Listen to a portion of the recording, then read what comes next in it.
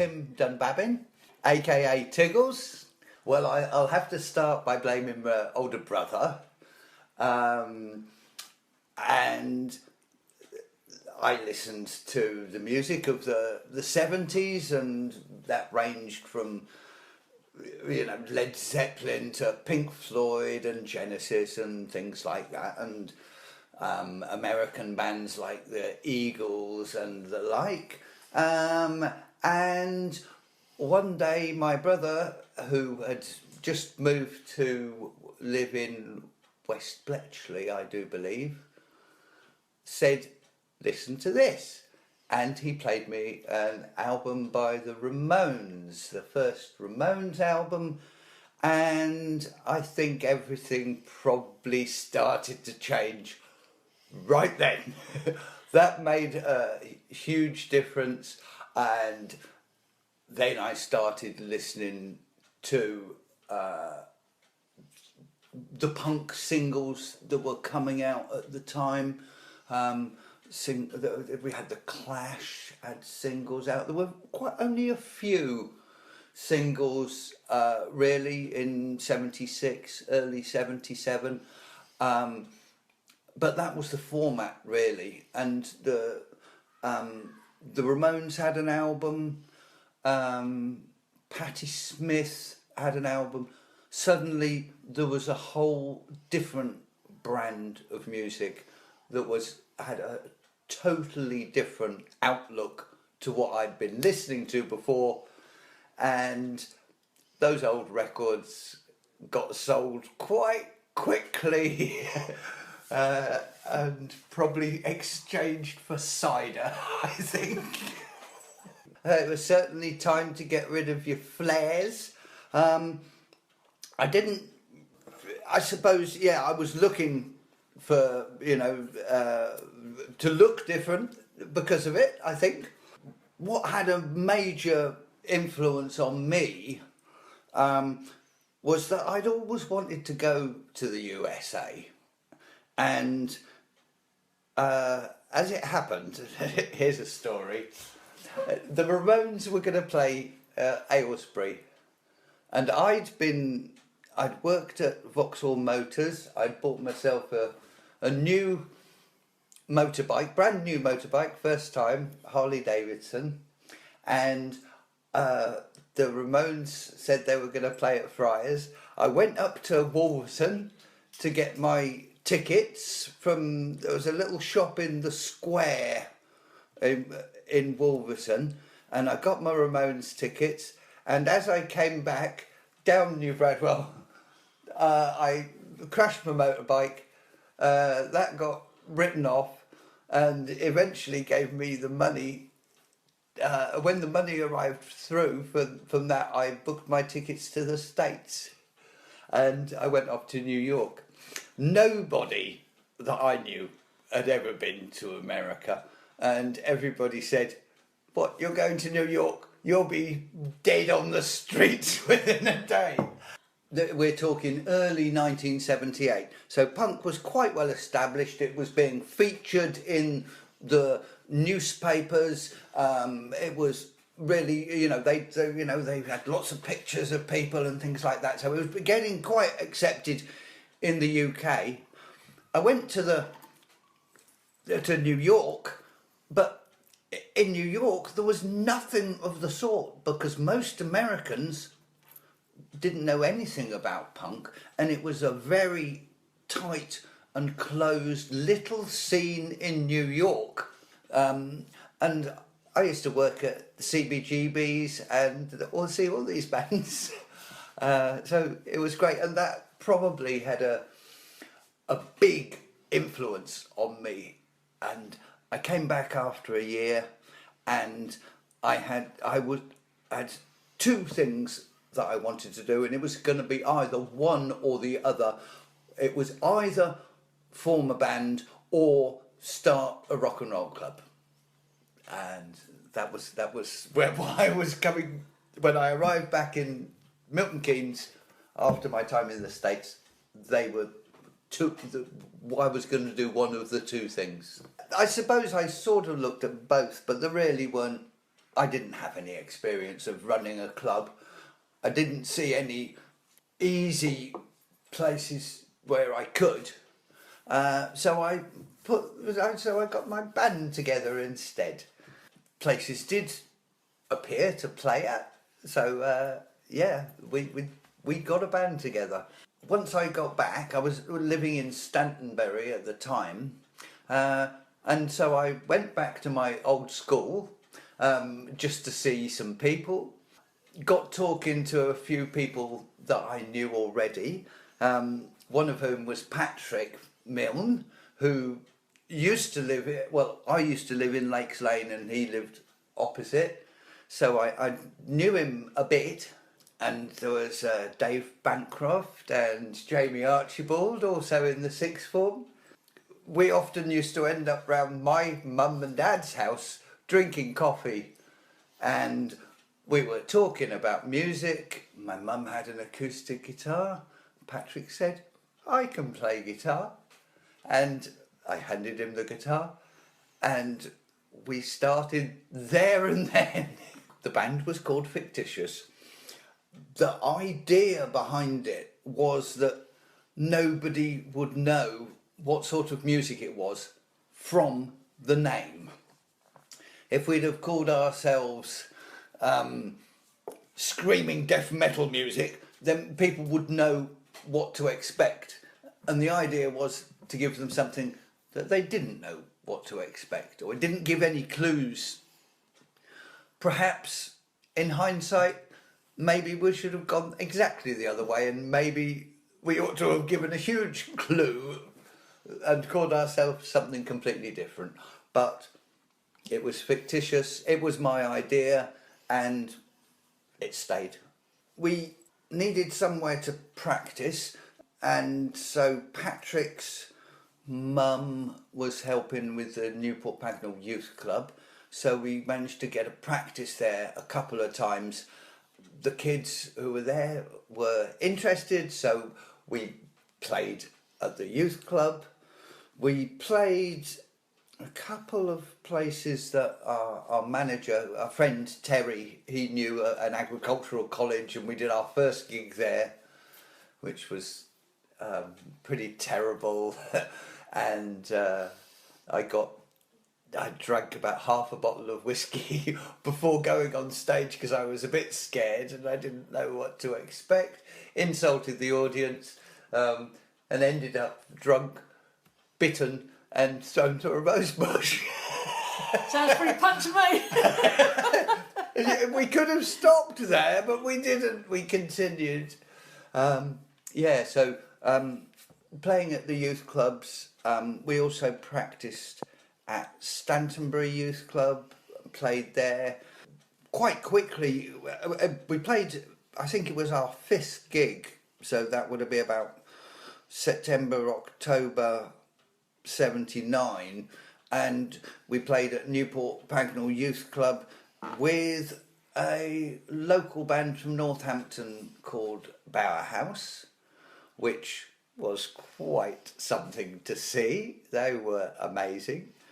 It's quite amazing to think that some of our brilliant musicians start off playing in youth clubs. And because we were practicing in the youth club, the kids would come and listen and watch and appreciate. And so they were our potential audience, whether we charged them for it or not. That really wasn't the point of it. I remember we put the first gig that we promoted that we did ourselves.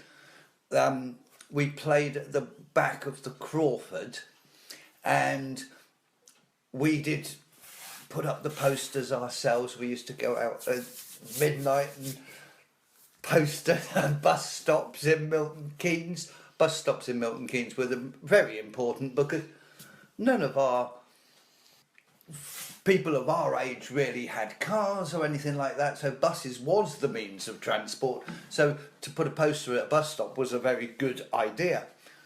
Anyway, we put our gig on at the Crawford, and it cost 50p to come and see us and 2 other bands. I'm trying to think who I think it was Ethnic Minority and Fiction. I think they were called Fiction Fact. It wasn't Fiction Factory. It was something else, something fiction. But I can't remember the name of the band either. But yeah. but 50p. I'm still proud that we went out and played. You know, two people. It was about expression. It was about our own performance, in a sense, in a musical sense. We liked our music. We wanted other people to hear it, and it would be pointless to charge £5 because nobody would have turned up anyway. So. But as I say, I'm very proud that we were able to put on an evening for 50p, and I don't think I think other people ought to do the same these days. You know, when you see costs of £50 to go and see famous people, that doesn't really have the same ring to an evening for 50p. I suppose also music was in a way influenced by the fact that we were playing live. We weren't making records really, although we would have liked to. And we felt that what our aim was, that people would come and see our band maybe for the first time, but by the time they had finished it, the songs were interesting enough for them to enjoy them on first listening. You know, if we go back to sort of Pink Floyd or something like that, then people would go and see them, but they'd listen to the album 100 times beforehand. They knew what to expect. We were in a different situation. People were coming to see us. As we said, the name didn't give it away. We wanted punchy, poppy enough songs that had choruses that by the time you got to the end of that song, people could be singing along. And to some extent, we achieved that, I feel. We would listen to John Peel. That was the ultimate arbiter of good taste in terms of punk music. So that was on access to national level. We knew, our friends. There were also particularly Glenn O'Halloran's band who'd been the Fix. They were Transistors, and then they were Dancing Counterparts. So we've always known Glenn and as part of the music scene. So we knew people there, and our drummer Lee. We started off with Lindy White as a drummer, but quickly after a few gigs we got Lee Scriven. Now Lee had played with Glenn's band in the Fix, and I think in the Transistors as well, though I'm not sure whether at that point Grant had taken over. We started going to Pear Tree Bridge Youth Centre. I'm not sure why. What was the first bit that got us through the door? My very good friend Dave was almost squatting a house in Tinker's Bridge, so that was very close. So maybe that's why we were around Pear Tree. We also, the Jevons family, a very influential Jevons family, were also living in Pear Tree Bridge at the time. And the Pear Tree Bridge Youth Centre really became a focus of the music of Milton Keynes. I suppose very, very clever, sensible youth workers who realised to some extent what we were interested in and helped facilitate what we needed. whether it was places to practice or a venue to play at. And that in itself attracted other people to come to Pear Tree. First of all, maybe just as audience, maybe just as youth club people, but it then had that opportunity that those people could go on to play music. There were people to talk to, people to borrow equipment from, bands, people changed bands and things like that. So it was a very fertile ground for the music, really. I suppose there was another place was Derwent Drive, at least for us, because we used to practice over there quite a lot. Though I don't think other people were. It wasn't like Pear Tree, as in there weren't a lot of bands using it for practice. It didn't become the centre, but it was. I feel it was an important place for us, and when we were practicing there, we got to know a lot of the people from West Bletchley, and they liked our music. That was a really good time, and we picked up a lot of really loyal fans there from West Bletchley, who will still see you in the street and reminisce about the great times. There was a small record shop in Milton Keynes city centre. Milton Keynes city centre had only pretty much just opened, and I'm trying to think what the record store was called. Do you remember what it was called? Criminal Records. Yeah, Criminal Records. Records. That was. They were great because they would get all the fanzines and the singles and things like that. So that was excellent. Unfortunately, they, like most stores, they had their lifetime and didn't survive forever. I suppose at the time, punk music then was becoming a little bit more mainstream, and we had the Virgin Records in Milton Keynes, which covered a wide range of music. So punk was becoming available rather than being a niche market and music. It was drifting to the mainstream, really. Not that it was drifting to the mainstream accepted it, perhaps. Well, the Fictitious had split up really because of inability to get a recording contract. If we'd have managed to get a recording deal, I feel that we would have gone on. Who knows? I feel that the Dole was, at the time, if you look at what was going on in 1976, 77, we were 3 million unemployed. So, in a sense, punk arose because of people being unemployed, having some time on their hands, but also being a little bit ostracised from society because they didn't have money, because they didn't have a job. So if you look at the early starting of punk, it was about going round to charity shops, it was about utilising grandad shirts and things like that. It wasn't about buying your Clash t-shirt from the Virgin Megastore.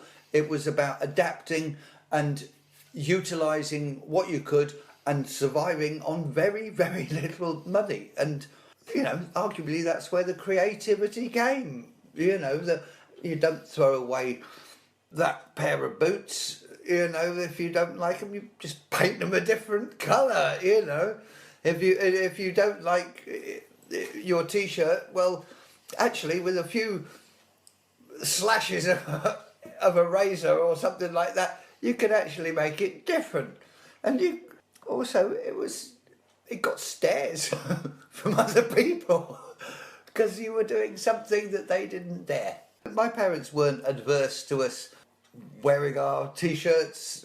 We didn't have anything outrageously rude on them. We wore leather jackets. We various times had motorbikes, so that was quite acceptable. My parents were at least, happy that I was doing what I liked. And as our band really got bigger, started playing larger venues, getting more people coming to see us, they realised that we were doing something really good, and really happy to support it.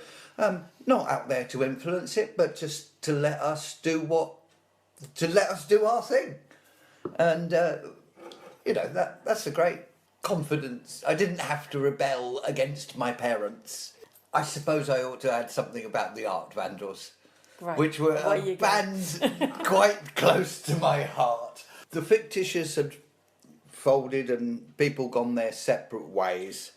And at first, I did a band called the Ludo Experts, which was interesting because it used my friends. So I had Mark Page on drums, I had Mark Jevons on bass, and we got a guy called Graham D to play guitar. I sort of knew Graham, and that was great. So, and we worked some good stuff with the Ludo Experts, but we didn't survive for very long. But Graham has gone on and had a very interesting career as well, I'm pleased to say. But then I formed with Dave Bancroft, we formed the Art Vandals. It started off when we were at a festival, I think it was Hood Fair, and